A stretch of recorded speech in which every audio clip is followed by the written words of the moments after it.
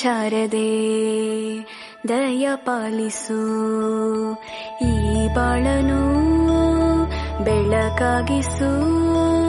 ಹೇ ಶಾರದೆ ದಯ ಪಾಲಿಸು, ಈ ಬಾಳನು ಬೆಳಕಾಗಿಸು. ನಾಳೆಗಳ